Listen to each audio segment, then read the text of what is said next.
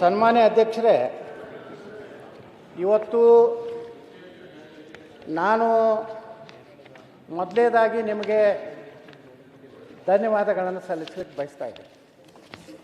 ಯಾಕಂದರೆ ಕಳೆದ ವಿಧಾನಸಭಾ ಬೆಳಗಾವಿ ಅಧಿವೇಶನದಲ್ಲಿ ನಾನು ಮೊದಲು ಪತ್ರ ಬರೆದಿದ್ದೆ. ಏನಾಗ್ತಿತ್ತಂದ್ರೆ ಅಧ್ಯಕ್ಷರೇ, ಬೆಳಗಾವಿ ಅಧಿವೇಶನ ಅನ್ನುವಂಥದ್ದು ಕಾಟಾಚಾರಕ್ಕೆ ಆಗ್ತಾಯಿದೆ. 10 ದಿವಸದಲ್ಲಿ ಯಾವುದೇ ರೀತಿ ಚರ್ಚೆ ಆಗೋದಿಲ್ಲ.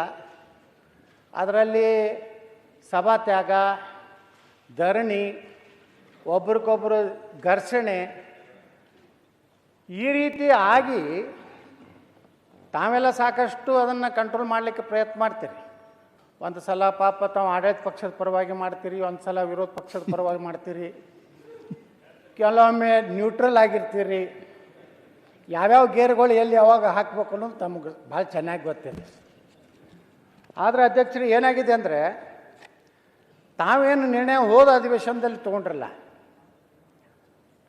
ಮೊದಲನೇ ದಿವಸದಿಂದಲೇ ಉತ್ತರ ಕರ್ನಾಟಕದ ಅಭಿವೃದ್ಧಿ ಬಗ್ಗೆ ಚರ್ಚೆ ಆಗಬೇಕಂತೇಳಿ ಈ ಸಲನೂ ಮತ್ತೆ ನಾ ಪತ್ರ ಬರೆದಿದ್ದೆ. ಅಲ್ಲಿಂದ ಕಾಂಗ್ರೆಸ್ ಮತ್ತು BJP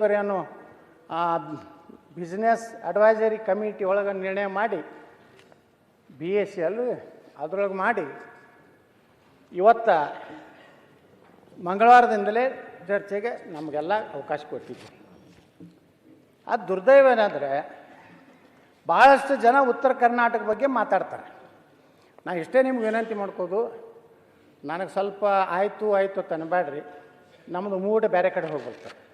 ತಾವು ಸಮಾಧಾನದಿಂದ ಕೂತು ಕೇಳಿದ್ರೆ ನಾ ಭಾಳ ಜಲ್ದಿ ಮುಗಿಸ್ತಿರ್ತೇನೆ, ಏನಾರ ನಾನು ಮತ್ತೆ ಗಾಡಿ ಜಾಗ್ತದೆ.